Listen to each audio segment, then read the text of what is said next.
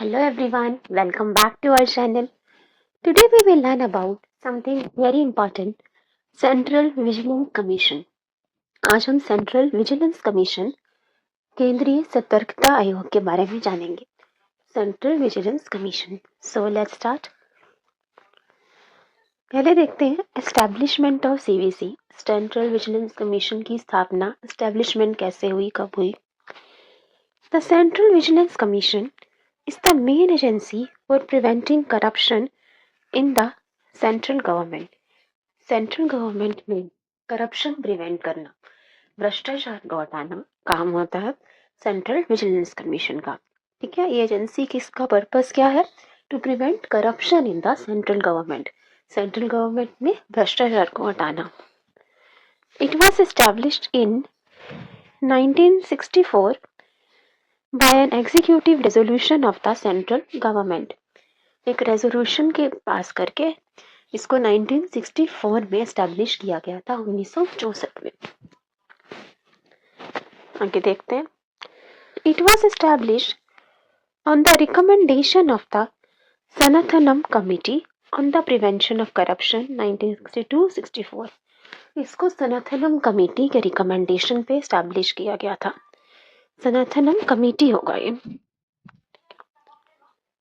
ठीक है, तो सनातनम कमेटी के रिकमेंडेशन पे, उनके सुझाव पर सेंट्रल विजिलेंस कमीशन को बनाया गया था.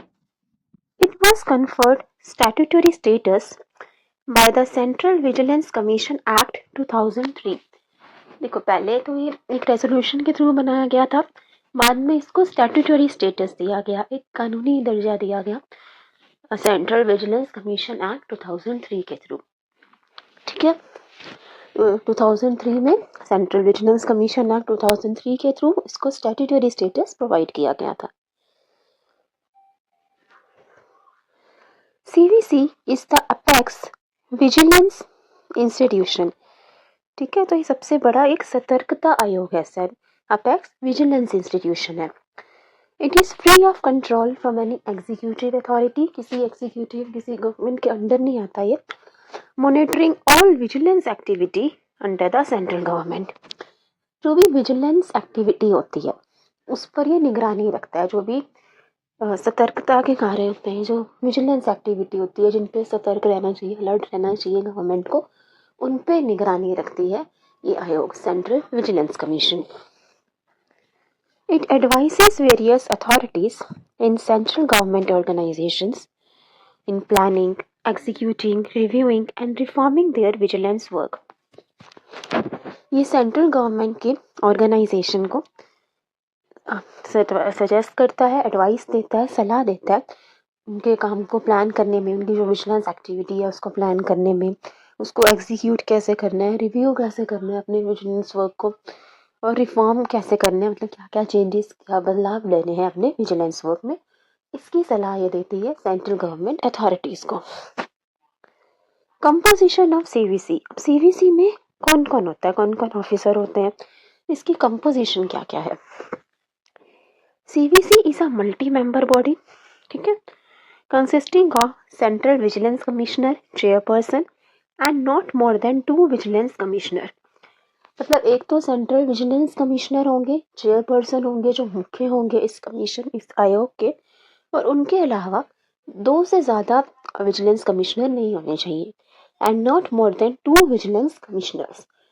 So 1 central vigilance commissioner, chairperson, और 2 और vigilance commissioner. 2 से ज़्यादा vigilance commissioner नहीं होंगे. They are appointed by the president on the recommendation of a 3-member committee. इन सब की नियुक्ति राष्ट्रपति द्वारा की जाती है प्रेसिडेंट के थ्रू. और प्रेसिडेंट इनकी अपॉइंटमेंट कैसे करते हैं? सेंट्रल विजिलेंस कमिश्नर, चेयरपर्सन की, और जो 2 और विजिलेंस कमिश्नर हैं उनके अपॉइंटमेंट प्रेसिडेंट करते हैं. एक 3-member कमेटी होती है, उनके सुझाव पर प्रेसिडेंट इनकी नियुक्ति करते हैं. 3-member कमेटी में कौन कौन होता है? 3-member कमेटी कंसिस्ट ऑफ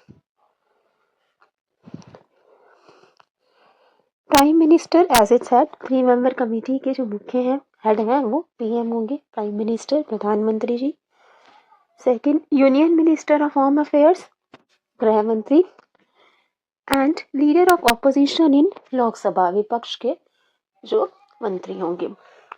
तो पहले prime minister, union minister of home affairs and leader of opposition इन लोकसभा। ठीक है, जो विपक्ष के मंत्री, गृह मंत्री और प्रधानमंत्री, ये 3 मेंबर कमेटी है और इनके रिकमेंडेशन पे प्रेसिडेंट अपॉइंट करेंगे सेंट्रल विजिलेंस कमिश्नर चेयरपर्सन को, और जो 2 और विजिलेंस कमिश्नर हो सकते हैं उनको। Tenure of CVC, central vigilance commissioner की टेन्योर क्या होती है, उनका कार्यकाल क्या है।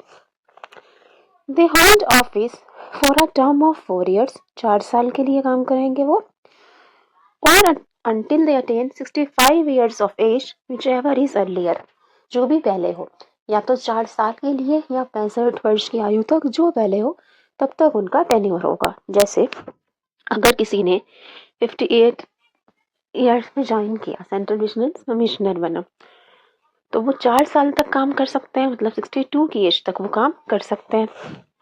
लेकिन अगर कोई 62 में ही सेंट्रल विजिलेंस कमिश्नर बनता है तो वो मैक्सिमम काम कर सकता है 65 की एज तक, मतलब वो 3 साल ही काम कर पाएंगे, 4 नहीं, क्योंकि अगर वो 4 साल काम करेंगे तो 66 हो जाएगी तब उनकी एज। वो मैक्सिमम या तो 4 साल काम कर सकते हैं या फिर 65 ईयर्स की एज तक, उससे ज़्यादा नहीं। ठीक है, जो भी पहले हो जाए, या तो पहले 4 साल कंप्लीट हो जाए या फिर पहले 65 साल की आयु उनकी पूरी हो जाए, तो उतना काम करेंगे। जैसे इन्होंने 62 में अगर किसी ने ज्वाइन किया तो 3 साल में ही वो 65 के हो गए, तो वो सिर्फ 3 साल ही काम कर पाएंगे। या किसी ने 64 में ही ज्वाइन किया तो वो 1 साल ही कर पाएंगे। ठीक है, they are not eligible for further employment under the central और state government after their tenure. एक बार इनका टाइम पीरियड टेन्योर पूरा हो गया, उसके बाद ना तो वो केंद्र सरकार ना ही राज्य सरकार के साथ काम कर सकते हैं। ठीक है, रिमूवल ऑफ सीवीसी, अब सेंट्रल विजिलेंस कमिश्नर को रिमूवल कैसे होता है, उनको हटाया कैसे जा सकता है। They can be removed by the president, उनको प्रेसिडेंट ही हटा सकते हैं अंडर द फॉलोइंग सर्कमस्टांसेस, इन हालातों में। Number 1, he is adjudged as an insolvent, वो इंसॉल्वेंट उनको घोषित कर दिया गया। इंसॉल्वेंट मतलब bankrupt, they are not able to पे देयर डेट्स, अपने डेट्स जो पे नहीं कर पा रहा। ठीक है, insolvent, bankrupt. He has been convicted of moral turpitude, moral turpitude मतलब उन्होंने कुछ अशिष्टता की है। ठीक है, कुछ ऐसा। If he engages during his term of office in any paid employment outside the duties of his office, मतलब अगर वो अपने काम के साथ साथ, मतलब जब वो उस पोजीशन में उसके साथ साथ वो कोई पेड एम्प्लॉयमेंट कर रहे हैं, उसके अलावा कुछ और काम कर रहे हैं जहाँ से उनको पे भी मिल रही है, outside the duties of his office, मतलब अपने ऑफिस की ड्यूटीज के अलावा वो कहीं और किसी और के लिए कुछ और काम कर रहे हैं जहाँ से उन्हें पेमेंट भी मिल रहा है।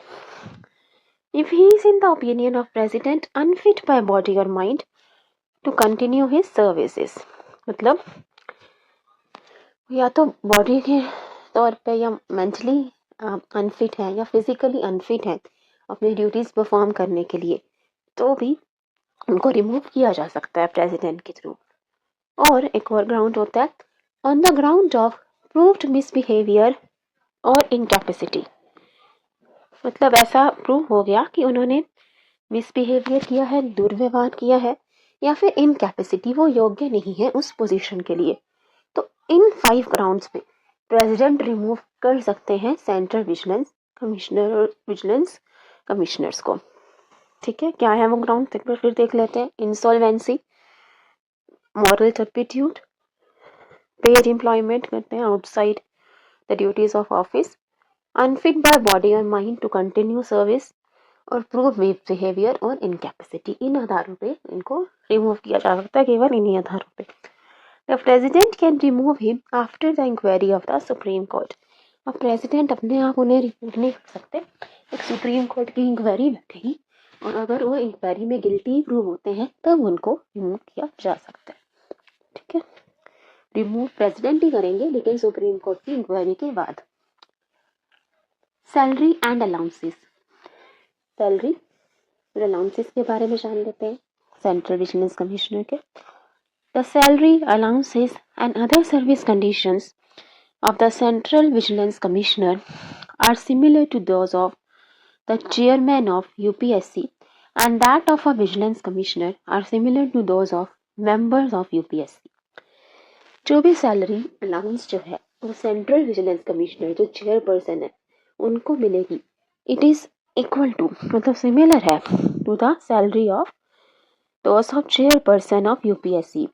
जो यूपीएससी की चेयरपर्सन जो चेयरमैन है उनकी जो सैलरी होती है उसके सिमिलर सैलरी मिलती है सेंट्रल विजिलेंस कमिश्नर को जो चेयरपर्सन है, ठीक है, सेंट्रल विजिलेंस कमीशन के. और बाकी जो विजिलेंस कमिश्नर है जो मैक्सिमम 2 हो सकते हैं उनकी जो सैलरी है वो यूपीएससी के मेंबर्स के इक्वल होती है. तो जो सेंट्रल विजिलेंस कमिश्नर की जो सैलरी है यूपीएससी के चेयरपर्सन के बराबर होगी और बाकी जो विजिलेंस कमिश्नर है उनकी जो सैलरी और अलाउंस है वो यूपीएससी के मेंबर के बराबर होगी. ठीक है, नेक्स्ट देखते हैं. They cannot be varied to his disadvantage after his appointment. मतलब उनकी जो सैलरी अलाउंसेस हैं उनको बदला नहीं जा सकता टू हिज डिसएडवांटेज, मतलब जिससे जो सेंट्रल विजिलेंस कमिश्नर और विजिलेंस कमिश्नर है उनके डिसएडवांटेज के लिए उन्हें बदला नहीं जा सकता. मतलब उनकी सैलरी अलाउंस को बढ़ा सकते हैं, घटा नहीं सकते. They can be not be varied to his disadvantage, मतलब उनकी सैलरी बढ़ाई जा सकती है अलाउंसेस सैलरी पर घटाया नहीं जा सकता. ठीक है, बाकी एक और पॉइंट है कि सीवीसी जो है अपना रेजिग्नेशन प्रेसिडेंट को दे सकते हैं. रिमूवल हमने देख लिया था कि आधार पर प्रेसिडेंट उनको रिमूव कर सकते हैं सुप्रीम कोर्ट की इंक्वायरी के बाद. इसके अलावा अगर वो अपना रेजिग्नेशन उन्हें देना हो तो वो प्रेसिडेंट को देना होगा अपना इस्तीफा. सो I hope you like it and understood about central vigilance commission CVC. Let's do a quick revision. Central vigilance commission. Central vigilance commission का एजेंडा है करप्शन प्रिवेंट करना, भ्रष्टाचार को हटाना केंद्र सरकार सेंट्रल गवर्नमेंट में. इसको एस्टेब्लिश किया गया था 1960 और 1964 में. इसको एस्टेब्लिश किया गया रिकमेंडेशन ऑफ सनातनम कमेटी. सनातनम कमेटी के सुझाव पे सेंट्रल विजिलेंस कमीशन की स्थापना हुई थी. It was conferred statutory status by central vigilance commission act 2003. Central vigilance commission act 2003 में इसको स्टैट्यूटरी स्टेटस एक कानूनी दर्जा दे दिया गया था. ये अपेक्स विजिलेंस इंस्टीट्यूशन है. ये निगरानी रखती है सतर्कता के कार्यों के जो केंद्र सरकार की सतर्कता व निगाह हैं उन पर ये निगरानी रखती है. ये गवर्नमेंट को एडवाइस करती है कि प्लान कैसे करना है, कैसे एग्जीक्यूट करना है, अपने विजिलेंस वर्क को कैसे करना है. Composition of CVC. सीवीसी में कौन कौन होता है, इसकी कंपोजिशन क्या क्या है. एक चेयरपर्सन होंगे सेंट्रल विजिलेंस कमिश्नर जो इसके हेड होंगे, मुख्य होंगे.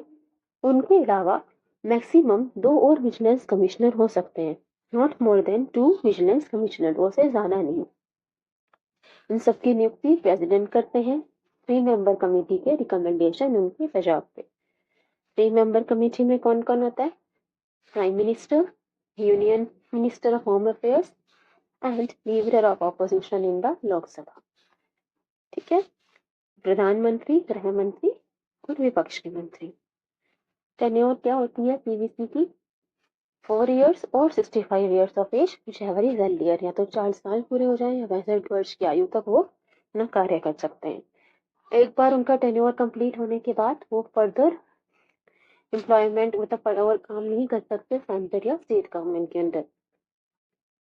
रिमूवल कैसे होता है. रिमूव प्रेसिडेंट करेंगे. किन ग्राउंड्स में हमने देख लिया. इंसॉल्वेंसी, ठीक है, अगर वो इंसॉल्वेंट है, अपने टैक्स नहीं पे कर पा रहे हैं, मॉरल टर्पिट्यूड, कुछ अशिष्टता की है उन्होंने, या फिर पेड एम्प्लॉयमेंट कर रहे हैं वो outside the duties of office, मतलब अपने इस काम के अलावा पोजीशन का जो वर्क है उसके अलावा कुछ और काम कर रहे हैं और वहाँ से उनको पेमेंट मिल रही है.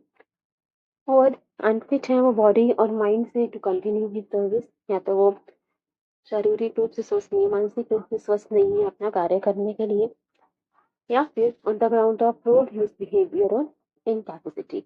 अगर ऐसा प्रूव हो गया कि उन्होंने दुर्व्यवहार किया है या फिर वो इनकैपेसिटी अयोग्य है उस जो है पोजीशन के लिए, तो उनको प्रेसिडेंट रिमूव कर सकते हैं. लेकिन प्रेसिडेंट उनको रिमूव करेंगे सुप्रीम कोर्ट की इंक्वायरी के बाद. अगर सुप्रीम कोर्ट की इंक्वायरी में वो गिल्टी प्रूव हो जाते हैं तो ही प्रेसिडेंट फिर उनको रिमूव कर सकते हैं। रिमूवल प्रेसिडेंट ही करेंगे, पर पहले सुप्रीम कोर्ट की इंक्वायरी बैठेगी। सैलरी अलाउंस, जो चेयरपर्सन है, सेंट्रल विजिलेंस कमिश्नर है, उनकी सैलरी चेयरमैन ऑफ यूपीएससी के इक्वल होती है, और बाकी जो विजिलेंस कमिश्नर है उनकी सैलरी और अलाउंस मेंबर ऑफ यूपीएससी के इक्वल होते हैं, मतलब सिमिलर होता है। They can not be vary to his disadvantage after his appointment. एक बार उनकी नियुक्ति के बाद उनकी जो सैलरी अलाउंस है उसको हम बढ़ा तो सकते हैं, पर उसको बढ़ाया जा सकता है, घटाया नहीं जा सकता। So I hope you like it and understood about CVC, Central Vigilance Commission. If you have any queries, please feel free to ask. Thank you. I welcome your suggestions. Please like, share and subscribe. Have a nice day. Thank you.